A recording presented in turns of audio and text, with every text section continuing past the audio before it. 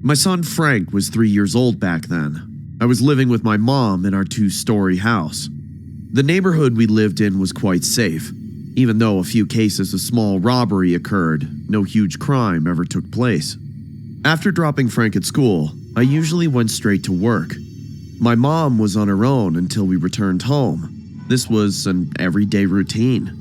Things were going well until one evening I came home and noticed tension on my mother's face. I asked her, "Is everything all right, Mom? You better return home early from now on, Shelley. Mrs. Brown was telling me that there's been a murder and a robbery in the next block. A woman was alone in that house when 2 robbers broke in and stabbed her to death.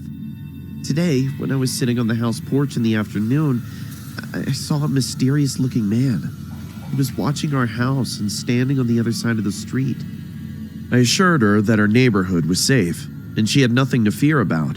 "Don't be so scared, Mom. All you have to do is call 911 if you ever see anything weird. Also, I'm just 1 call away. It wouldn't take much time for me to rush home."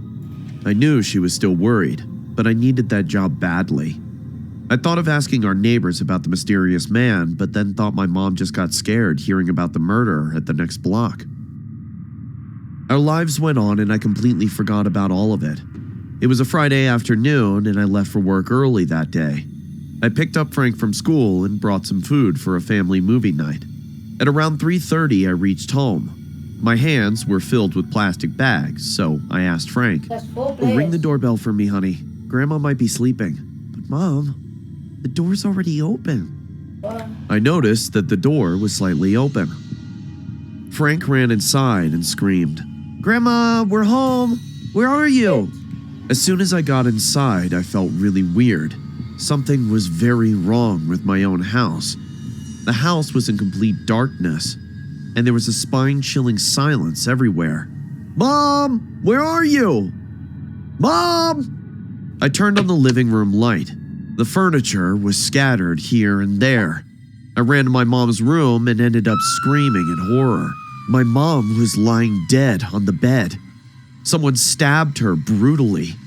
The white sheets were covered in blood. I was so shocked and broken that I forgot Frank was standing right behind me. He was watching this horrifying scene with his innocent eyes. I took him in my arms and immediately we both broke into tears.